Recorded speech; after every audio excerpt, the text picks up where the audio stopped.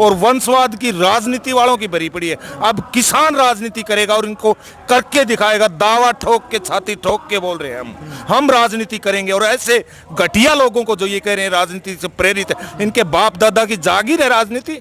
हमारे कौन से लोकतंत्र में या संविधान में लिख रखा है किसान राजनीति ना करे, मजदूर राजनीति ना करे? उसी तरह का भ्रमित करके ये इतने बड़े आंदोलन को भ्रमित करके ये कहेगा कि तुम राजनीति मत करो। जरूर करेगा किसान राजनीति, हर जगह करेगा। कहाँ लिख रखा है? हमारा अधिकार नहीं है, सिर्फ दूसरे चौटाला के परिवार का अधिकार है राजनीति करे वो। इसी का तो खामियाजा। नमस्कार, मैं हूं अजय भारद्वाज और आप इसमें ग्राउंड मीडिया देख रहे हैं। किसान आंदोलन से जुड़ी तमाम तस्वीरें लगातार आप सभी के सामने लेकर के आने लग रहे हैं। भाई टिकरी बॉर्डर के ऊपर इस वक्त हमारी टीम पहुंची है और रमेश पंगाल जी जो किसान है हमारे साथ, पहले भी जो इनकी जो वीडियो थी वो आपके सामने लेकर के आए थे। एक बार फिर मौजूद हम इनके साथ। रमेश जी, राम राम जी। राम राम। और जी ठीक ठाक सो? घर परिवार कौन बारा जी? क्या कहना चाहेंगे, कहाँ, क्योंकि लगभग 7 महीने इस आंदोलन को हो चुके हैं जी, अब कहाँ देखते हैं? क्योंकि जो भीड़ है वो भी आप देख रहे हैं बॉर्डर के ऊपर, जो जोश है किसानों के अंदर, जो जुनून है वो भी आप देख रहे हैं। अब कहाँ आप आंदोलन को देखते हैं? भाई एक कॉल दिलवाओ ना संयुक्त किसान मोर्चा से, तब पता चल जाएगा। एक कॉल दिलवा दो। यहाँ पर माना कि भीड़ भी कम है, आपको जोश कम दिखाई दे रहा होगा, लेकिन गांव में जाकर के देखो ना, हरियाणा पंजाब में एक बार किसी भी संयुक्त किसान मोर्चा की कॉल करवा के देखो, इस दिल्ली को चारों तरफ से भर देगा किसान। कहाँ से जोश कम है? दूसरा, आप 7 महीने कह रहे हो, अब तो ये गांव से निकलकर दुनिया में फैल चुका है ये आंदोलन। क्या आपने 25 जून को नहीं देखा? 25 मई को जो काला दिवस मनाया गया और संपूर्ण क्रांति का आगाज किया गया, तो दोनों चीजें बार बार दिखाई दी। तमिलनाडु कितनी दूर है हमारे यहाँ से, उसकी असेंबली पर काला झंडा नहीं फहराया गया। न्यूजीलैंड की प्रधानमंत्री की जहाज का रंग काला नहीं किया गया, काली ड्रेस नहीं पहनी उन्होंने। आप कनाडा के बारे में जानते ही हो, आप इंग्लैंड के प्रधानमंत्री ने काली ड्रेस नहीं पहनी। अब ये लड़ाई एक सिर्फ किसान की नहीं ले रही है, ये लड़ाई पूंजीवाद के खिलाफ आम आदमी की लड़ाई बन चुकी है।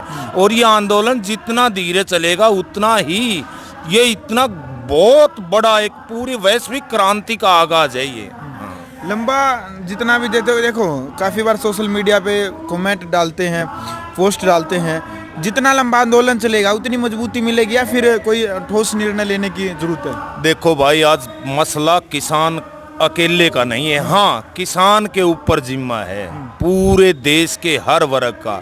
आप बहुत ही बुद्धिमान आदमी हो, रिपोर्टिंग करते हो।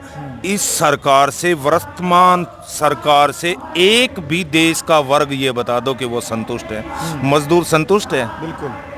मजदूर क्या इस सरकार से संतुष्ट है? बार बार प्रहार किए जा रहे हैं। किसके के ऊपर किए जा रहे हैं? उसके बीपीएल के ऊपर, मनरेगा के ऊपर। उसके पास मजदूरी है नहीं, खाएगा क्या वो? किसान वर्ग, देश का लगभग 60% आबादी, उसका हाल आपके सामने है। कर्मचारी इतना डरा सहमा और दबा हुआ है, वो अपना भविष्य, भावी पीढ़ियों के बारे में नहीं सोच रहा। उनको तो रोजगार मिलेगा ही नहीं, ये तो गारंटी है। बिल्कुल, उनको तो मिले। वो क्या बचा रहा है कि मेरी कम से कम वर्तमान नौकरी तो बच जाए। इस चक्कर में कौन सा वर्ग, मंझला व्यापारी है, कोई भी बता दो कि वो वर्ग संतुष्ट। यह आंदोलन संपूर्ण क्रांति की तरफ भाग रहा है धीरे धीरे करके। वो लोग भी जुड़ेंगे क्योंकि परिवार उनके भी बर्बाद हो रहे हैं, वो धीरे धीरे। लेकिन वो वर्ग अभी घरों में बैठे सिर्फ उम्मीद लगाए बैठे हैं कि हम तो इतने दबा दिए गए, कुचल दिए गए, मजबूर होंगे।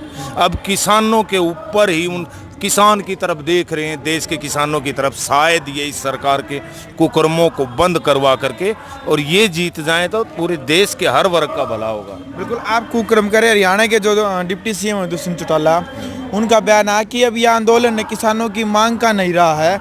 उनका कहना है कि एक राजनीतिक आंदोलन हो चुका है और राजनीतिक दुर्भावना के कारण ही बीजेपी और जेजेपी के जो कार्यकर्ता हैं, जो नेता हैं, जो मंत्री हैं, जो एमएलए हैं, उनका विरोध किया जाता है। दुष्यंत चौटाला के इस बयान को लेकर के रमेश जी आप क्या कहना चाहेंगे? मैं यही कहना चाहूँगा कि ऐसे घटिया लोग, गिरी हुई मानसिकता के लोग ये कैसे कह सकते हैं? कहाँ लिख रखा है, कौन से संविधान में सिर्फ दुष्यंत चौटाला का परिवार इधर राजनीति करेगा? उनका कहना है कि मैं भी एक किसान हूँ जी। हाँ, उनका परिवार ही राजनीति करेगा। कहाँ लिख रखा किसान राजनीति ना करे? अब की बार यही तो होगा, साझेदारी। ऐसे जो ये कहते हैं ये तो राजनीति से प्रेरित है, हम बिल्कुल हैं राजनीति से प्रेरित। क्यों ना करे किसान राजनीति, क्यों ना करे मजदूर राजनीति। यही तो सजा है, दुर्भाग्य है इस देश का कि लोकसभा और विधानसभाओं में एक फिल्म वालों की तो भरी पड़ी है, क्रिकेटरों की भरी पड़ी है और वंशवाद की राजनीति वालों की भरी पड़ी है। अब किसान राजनीति करेगा और इनको करके दिखाएगा, दावा ठोक के, छाती ठोक के बोल रहे हैं हम राजनीति करेंगे। और ऐसे घटिया लोगों को जो ये कह रहे हैं राजनीति से प्रेरित है, इनके बाप दादा की जागीर है राजनीति। हमारे कौन से लोकतंत्र में या संविधान में लिख रखा है किसान राजनीति ना करे, मजदूर राजनीति ना करे? उसी तरह का भ्रमित करके, ये इतने बड़े आंदोलन को भ्रमित करके ये कहेगा कि तुम राजनीति मत करो। जरूर करेगा किसान राजनीति, हर जगह करेगा। कहाँ लिख रखा? हमारा अधिकार नहीं है, सिर्फ दूसरे चौटाला के परिवार का अधिकार है राजनीति करे वो। इसी का तो खामियाजा भुगत रहा आज पूरा देश कि हम जब भी वोट डालने का वक्त आता है इनकी तरफ यूं दया दृष्टि की तरह निगाह फैलाकर बैठ जाते हैं। अब नहीं करेगा, किसान बहुत जागरूक हो चुका है, अब नहीं होगा। इनको उतार के खदेड़ के नीचे मारेगा किसान। हमारी जितनी 60% भागीदारी अगर देश में है किसान की, तो हमारी संसद में भी 60% होगी, हमारी विधानसभा में भी 60% होगी, राज्यसभा और लोकसभा हर जगह हमारी भागीदारी होगी। कैसे बेहुदा उल जुलूल बयान दे देते हैं ये लोग, माना कि उप मुख्यमंत्री होंगे। कितना बेहुदा, अलोकतांत्रिक और असंवैधानिक बयान है कि ये तो राजनीति कर रहे हैं। क्यों ना करें हम राजनीति? क्या कहूँ अब इससे ज्यादा उसके बारे में। बिल्कुल, हरियाणा के गृह मंत्री अनिल विज और दुष्यंत चौटाला का बयान है कि जो भी आंदोलनकारी कानून तोड़ेगा उनको बख्शा नहीं जाएगा। कानून ये तोड़ते रहे रोज रोज, ये बहुत अच्छा काम कर रहे हैं। किस बात का कानून तोड़ा है? एक बात बता दो, पीपली से शुरू हुआ था ये आंदोलन हरियाणा में, तब कानून तोड़ा था किसी ने? जानवरों की तरह मारा था। जहां भी अपना रोष प्रदर्शन करने जाता है किसान, हमारा संवैधानिक अधिकार है, हमारा लोकतांत्रिक अधिकार है विरोध करना, अपनी अभिव्यक्ति की आजादी का अधिकार है। अगर ये जानबूझ करके गड्ढे खोदे इन्होंने तार लगाए, आंसू गैस के गोले दागे, अरे इतने अच्छे काम करते तो हम क्यों सड़कों पर आते? आज किसान की दुर्दशा पिछले 7 साल में, विशेष करके इनके राज में, पूरा देश गर्त में चला गया है, गर्त में चला गया। बेच दिया इन लोगों ने सब कुछ। हर बार कहते हैं रेलवे बेच दी कि रेलवे अच्छी नहीं चल रही। अरे ये व्यवस्था ठीक करनी थी या उसको बेच दोगे? इन्होंने क्या एयरलाइंस बेच दी, बीपीसीएल बेच दी, बीएसएनएल बेच दी। अब ये स्वास्थ्य इन्होंने ये इसका निजीकरण करने जा रहे हैं, बैंकों का निजी। उनको सुदृढ़ बनाना था, वो व्यवस्था ठीक करनी थी। कल तो ये कह देंगे कि भाई ये देश भी ठीक नहीं चल रहा, ये भी अंबानी को दे दो। कितनी तनख्वाह पा रहे हैं? आज एक आरटीआई झूठी है या सच है? हमारे प्रधानमंत्री का एक दिन का खाना 3,96,000 रुपये खर्च आता है। उसकी सिक्योरिटी पर कितना खर्चा आता होगा? वो 8-8 हजार करोड़ के जहाज किस लिए बैठा है? अगर उससे अकेला अंबानी या अडानी कोई भी उद्योगपति चला देगा, रेलवे भी चला देगा, बीएसएनएल भी चला देगा, जहाज भी चला देगा, बाकी जो बेच रहे हैं वो सारे सरकारी संस्थान चला देगा। सरकार के पास तो अधिकार है, सजा देने का अधिकार है, कानून बनाने का अधिकार है, उसके पास तो सब कुछ है। तो वो व्यवस्था ठीक क्यों नहीं कर सकते? फिर हमने प्रधानमंत्री चुना क्यों था? क्या इसलिए कि तू ऐसो आराम राजभवनों में बैठकर करता रहे जो तेरे बस की बात ना हो? जिस सिस्टम को संवार नहीं सकता उसको कह दे कि मैं बेच दूंगा। कल तो देश को भी बोल देंगे देश नहीं चल रहा, ये भी अंबानी को दे दो। ये कहाँ का कितना खर्चा लग रहा है? किस लिए चुना था? किस लिए चुने थे? ये कहने के लिए नहीं ये हॉस्पिटल ठीक से नहीं चल रहे, ये सरकारी स्कूल ठीक से नहीं चल रहे, ये सरकारी बैंक ठीक से नहीं चल रहे, ये सरकारी LIC ठीक से नहीं चल रही, ये सरकारी BSNL ठीक से नहीं चल रही। आप बेचते चले जाओगे, वो कैसे चला देगा एक आदमी, जबकि सरकार के पास क्या नहीं है? आज ये ऐसो आराम राजभवनों में बैठकर 8-8 हजार करोड़ के जहाज लेकर के हैं घूमने के लिए, इसलिए प्रधानमंत्री चुना था। फिर क्यों बैठे हो? दे दो, अभी दे दो उसको। जिनको देना है देश ही दे दो। जरूरत क्या है वोट डालने की, चुनाव आयोग की या और किसी की? अगर अंबानी अदानी ये उद्योगपति इतने सक्षम है तो दे दो इनको सब कुछ। आपका है क्या? क्या कर सकते हो आप? हर चीज को, जितने सरकारी उपक्रम है, हमारे संस्थान है, ये कह के बेच देना कि ये ठीक से नहीं। अरे उसको, उसकी व्यवस्था संवारो, उसकी दुर्दशा है उसका सुधार करो। ये किसने कहा था कि जो नहीं चल रहा है उसको बेच दो? क्या नहीं है उनके पास? बिल्कुल रमेश जी, बॉर्डर के ऊपर गाजीपुर बॉर्डर के ऊपर सूचना मिली है कि वहाँ पर किसानों का रजिस्ट्रेशन किया जाएगा, क्योंकि कई बार कुछ असामाजिक तत्व हैं वो कोई गलत काम कर देते हैं तो उसका जिम्मेदार फिर पूरे किसानों को, जो किसान को उसको पूरा भुगतना पड़ता है। तो उसके बारे में आपकी क्या राय है? देखो भाई, अगर ऐसा है तो ये सकारात्मक कदम है। किसी भी कोई भी किसान संगठन इस आंदोलन को ठीक ठाक चलाने के लिए इस तरह के फैसले लेता है तो अच्छी बात है, इसमें बुराई क्या है।